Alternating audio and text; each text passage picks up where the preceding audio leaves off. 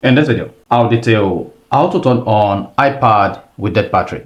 So if you have an iPad, either iPad Air or iPad Pro, and it's not turning on just because the battery is dead, then this video is going to show you the quickest way you can use to turn on your iPad when the battery is dead.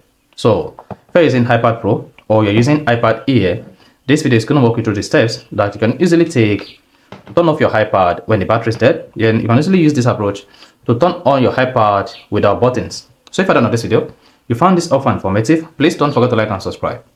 Now the first one to do here is you want to connect your iPad charger to a power source. Then take the charger and then insert it into your iPad charging port like this.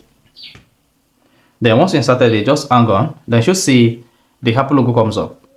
Once the Apple logo comes up, you want to hang on until the iPad loads. And once the iPad loads, the iPad will be turned on even with the dead battery.